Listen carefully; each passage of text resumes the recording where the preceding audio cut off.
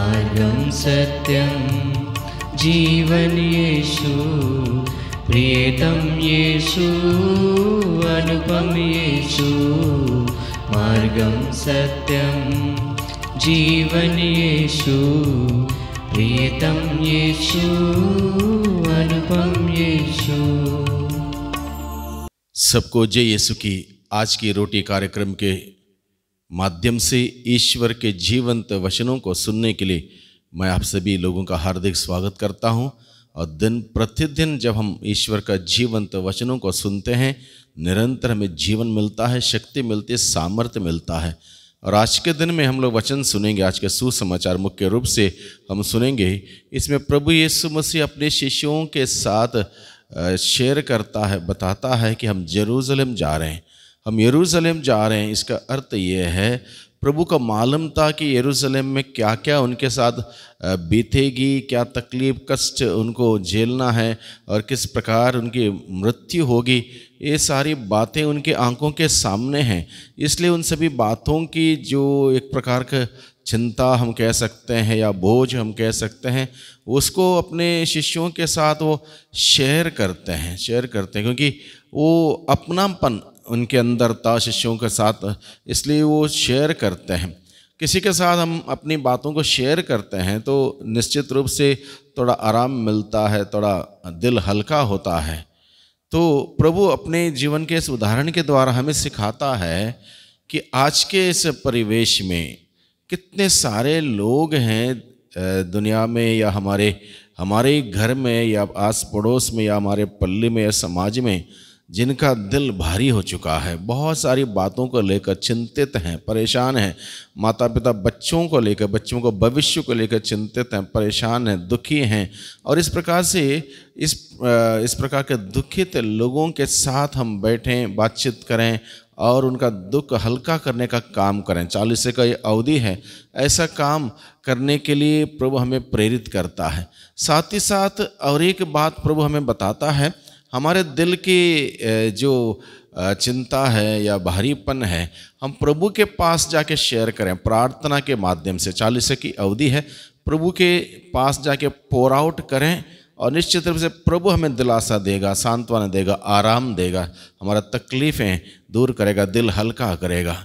और एक बात प्रभु हमें आज के दिन में सिखाता है, बड़ापन यानी कि greatness lies in being in practising humility, यानी कि विनम्रता में जीवन बिताने से ही हम बड़े बन सकते हैं। प्रभु हमें सिखाता आज के दिन में। और एक खास बात यह है, जबेदी की माँ योहन और याकूब की माँ प्रभु के पास आके निवेदन करती है कि मेरे बेटों को एक को दाएं एक को बाएं बैठने का अधिकार दीजिए। यहाँ पर केवल वो रिक्वेस्ट, ये स्वार्थ से भरा रिक्वेस्ट पर हम ध्यान ना दें, हम ध्यान उस बात पर दें, उनका विश्वास देखिए कितना, कि प्रभु महिमा में आएगा और उस राज्य में जब प्रभु बैठेगा, उस राज्य में दाएं बाएं बैठने का अधिकार, यानी कि उनका विश्वास कितना महान था सलोमी का। और इस प्रकार से हमें आज के सुसमाचार के द्वारा प्रभु तमाम बातों को सीखने के लिए हमें बुलाता है। आइए हम आज का वचन को सुने। संत मत्ती के द्वारा रचित सुसमाचार अध्याय 20 पद संख्या 17 से 28 तक। ईसा यरूशलेम के मार्ग पर आगे बढ़ रहे थे। 12 को अलग ले जाकर उन्होंने रास्ते में उनसे कहा, देखो हम यरूशलेम जा रहे हैं, मानव पुत्र महायाजकों और शास्त्रियों के हवाले कर दिया जाएगा। वे उसे प्राणदंड की आज्ञा सुनाकर गैर यहूदियों के हवाले कर देंगे, जिससे वे उसका उपहास करें, उसे कोड़े लगाएं और क्रूस पर चढ़ाएं, लेकिन तीसरे दिन वह जी उठेगा। उस समय जबेदी के पुत्रों की माता अपने पुत्रों के साथ ईसा के पास आई और उसने दंडवत कर उनसे निवेदन करना चाहा। ईसा ने उनसे कहा, क्या चाहती हो? उसने उत्तर दिया, ये मेरे दो बेटे हैं, आप आज्ञा दीजिए कि आपके राज्य में एक आपके दाएं बैठे, एक आपके बाएं। ईसा ने उनसे कहा, तुम नहीं जानते कि क्या मांग रहे हो? जो प्याला मैं पीने वाला हूं, क्या तुम उसे पी सकते हो? उन्होंने उत्तर दिया, हम पी सकते हैं। इस पर ईसा ने उनसे कहा, मेरा प्याला तो तुम पियोगे, किंतु तुम्हें अपने दाएं या बाएं बैठने देने का अधिकार मेरा नहीं है। वे स्थान उन लोगों के लिए है जिनके लिए मेरे पिता ने उन्हें तैयार किया है। जब 10 प्रेरितों को यह मालूम हुआ तो वे दोनों भाइयों पर क्रुद्ध हो गए। ईसा ने अपने शिष्यों को अपने पास बुलाकर कहा, तुम जानते हो कि संसार के अधिपति अपनी प्रजा पर निरंकुश शासन करते हैं और सत्ताधारी लोगों पर अधिकार जताते हैं। तुम में ऐसी बात नहीं होगी। जो तुम लोगों में बड़ा होना चाहता है वह तुम्हारा सेवक बने, और जो तुम में प्रधान होना चाहता है वह तुम्हारा दास बने। क्योंकि मानव पुत्र भी अपनी सेवा कराने नहीं बल्कि सेवा करने और बहुतों के उद्धार के लिए अपने प्राण देने आया है। प्रभु का सुसमाचार। बहुत सुंदर वचन हम लोगों ने आज के दिन में सुना। प्रभु यरूशलेम जाने के बारे में अपने शिष्यों को बताते हैं और वहाँ पर उनके साथ क्या क्या बीतने वाला है, क्या क्या होने वाला है, इस बात की भी व्याख्या करते हैं। हालांकि शिष्यों को ये सारी बातें समझ में नहीं आई, लेकिन प्रभु ने अपनी बातों को अपने शिष्यों के साथ शेयर करते हुए, बांटते हुए अपना दिल को हल्का किया। इस उदाहरण के द्वारा प्रभु आज के दिन में हम सबों को बताता है, जब हम लोग भी तमाम प्रकार की बातों को लेकर चिंतित होते हैं, व्याकुल होते हैं, दिल हमारा भारी होता है, हमें प्रभु के पास जाके शेयर करने की ज़रूरत है। इसलिए क्योंकि प्रभु हम सबों को भली-भांति जानता है और भली-भांति समझता है।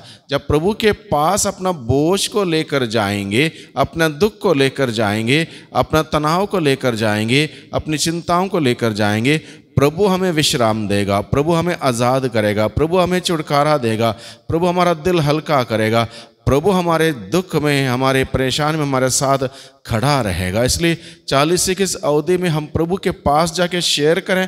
प्रभु अपने जीवन के उदाहरण के द्वारा हमें सिखाता है, क्योंकि प्रभु ने अपने शिष्यों से शेयर किया, उसी प्रकार से आज के दिन में हम प्रभु के पास जाके शेयर करें। दूसरी बात हमें सीखने की बात है आज के दिन में, बहुत सारे लोग हैं आज जिनको पता नहीं क्या करना है, अपने दुख में, अपने तनाव में, अपने असमंजस के उस घड़ी में, कन्फ्यूजन में, दुविधाओं में क्या करना पता नहीं। हम एक प्रकार से उनकी सहायता कर सकते हैं, उनके साथ बैठते हुए, उनकी बात सुनते हुए हम उनकी सहायता कर सकते हैं। आज के दिन में सुनने वाला कोई नहीं है। हर कोई व्यक्ति चाहता है कि मैं किसी के पास जाके कुछ अपनी बातों को शेयर करूं, सुनाऊं, सुनने वाला तो हो। तो 40 की इस अवधि में हमारे लिए एक तपस्या हो सकती है, अगर हम चाहें दूसरों के साथ बैठें, उनके बातों को सुने, उनके दुख को सुने, उनके परेशानी को सुने, उनके दर्द को सुने, और उसके बाद वहाँ पर बैठ के उनको इतना ही एहसास दिलाएं, मैं हूँ तुम्हारे साथ, मैं तुम्हारे साथ हूँ, तुम्हारे साथ खड़ा हूँ, don't worry, I am there with you. एक इतनी सी बात अगले को बहुत ही राहत देने वाली बात होगी। इस प्रकार से प्रभु हमें सिखाता है कि हमें एक दूसरे के सुनने की ज़रूरत है, एक दूसरे के सुनने की ज़रूरत है। हर कोई सुनाना चाहता है, लेकिन सुनने वाला बहुत कम है। हम सुनने वाला हम बने, एक दूसरे की बातों को सुने, तकलीफ को सुने और उन्हें एक साथ दें, मैं तुम्हारे साथ हूँ। इस प्रकार से प्रभु हमें सिखाता है। 40 की इस अवधि में हमें सुनने के लिए प्रभु हमें सिखाता है, और जहाँ तक हो सके हम उनकी मदद करें, उनके दुख को हल्का करने में, उनके बोझ को हल्का करने में जो कुछ हम कर सकते हैं प्रैक्टिकली उस काम को करें। और ऐसा करने से 40 की इस अवधि में हम किसी एक व्यक्ति का जीवन बचाते हैं, उसको आगे बढ़ाते हैं, और इस प्रकार से उसको खुशहाली के माहौल में जीने का एक अवसर प्रदान करते हैं। दूसरी बात आज के सुसमाचार के द्वारा में सीखने के लिए हमें हमारे सामने सम्मुख रखी गई है, याकूब और योहन की माता कितने विश्वास से भरी हुई थी। वो आके क्या निवेदन करती है, मेरे 2 बेटे हैं, इनको आप अपने राज्य में जब आएंगे एक को दाएं एक को बाएं बैठने का अधिकार दीजिए। यानी कि यहाँ पर उनका विश्वास कितना महान देखिए, उन्होंने विश्वास से ऑलरेडी इस बात को देख लिया कि प्रभु इन सभी बातों के कष्टों को पार करते हुए, मृत्यु को पार करते हुए और जीत जाएंगे और स्वर्ग में महिमा सहित पधारेंगे। और जब महिमा में आएंगे प्रभु, उस वक्त उनके बेटों को दाएं बाएं बैठने का अधिकार, एक स्वार्थभरी प्रार्थना वो करती है। भले ही प्रार्थना स्वार्थभरी थी, लेकिन उनका विश्वास देखिए कितना महान। उन्होंने विश्वास से ऑलरेडी देख लिया कि प्रभु महिमा सहित आएंगे और राज्य करेंगे, और ऐसे में दाएं बाएं बैठने का अधिकार वो मांगती हैं। हालांकि प्रभु के बाकी शिष्यों को जब पता चला, ऐसे ऐसे निवेदन प्रभु के सामने प्रस्तुत किया गया, बाकी शिष्यों को अच्छा नहीं लगा, क्योंकि उन्होंने सोचा क्यों उनको दाएं बाएं बैठने का अधिकार देना चाहिए, मैं किस बात से कम हूँ। और ऐसी एक भावना शायद उनके मन में आई, यानी कि उस वक्त भी उनके मन में यह था कि बड़ा कौन होगा, दाएं कौन बैठेगा, बाएं कौन बैठेगा, अधिकारी कौन होगा और कौन बड़ा होगा, कौन नेता होगा, ये सारी बातें उनके मन में चल रही थी। उस परिवेश में प्रभु अपने शिष्यों को समझाते हुए कहता है, अगर बड़ा होना चाहते हो तो छोटा बनना सीखो। जो सबसे छोटा बनता है, दास बनता है, सेवक बनता है, वही प्रभु के दृष्टि में बड़ा हो सकता है। इसलिए प्रभु मुझे और आपको, हम सबों को आज के सुसमाचार के द्वारा में सिखाता है कि हम छोटा बने, हम सेवा कराने वाले नहीं, सेवा करने वाले बने। इस प्रकार से हम छोटा बनेंगे, जैसे स्वयं प्रभु यीशु मसीह सेवा कराने नहीं आए थे, सेवा करने के लिए आए थे और अपने प्राण देते हुए बहुतों का उद्धार करने के लिए आए थे। उसी प्रकार से हम समर्पित हो जाएं, अपने जीवन को समर्पित करें, प्रभु की सेवा में अर्पित करें, प्रभु के कार्यों में, दिन दुखियों की सेवा में अर्पित करें। ऐसा करने से हम बड़े व्यक्ति हो सकते हैं प्रभु के दृष्टि में। छोटे छोटे कार्यों को समर्पण के साथ, सेवा भाव के साथ करें, चाहे दिन दुखियों के प्रति क्यों ना हो, कलीसिया के प्रति क्यों ना हो, जो भी छोटे से छोटे कार्य हम करते हुए सेवा करेंगे, हम प्रभु के नज़र में बड़े होंगे। और उसके बाद हमारे पास घमंड करने के लिए, अहंकार करने के लिए कोई बात ना हो, क्योंकि हम जो कुछ भी हैं प्रभु की दया से हम जीते हैं, प्रभु की करुणा से जीते हैं। हमारा जीवन का हर पल पल प्रभु के हाथों में निर्भर है। ऐसे में हम किसी बात को लेकर हम ये नहीं बोल सकते ये मैंने किया, मेरे द्वारा हुआ, नहीं। हम सेवक मात्र हैं प्रभु के हाथ में। इसलिए सेवा करते जाएं, विनम्र बनकर सेवा करते जाएं, ताकि प्रभु की महिमा निरंतर होती रहे। आइए हम आज के दिन में विशेष रूप से प्रार्थना करें। प्यारे प्रभु जी, धन्यवाद देते हैं आज के जीवंत वचनों के लिए।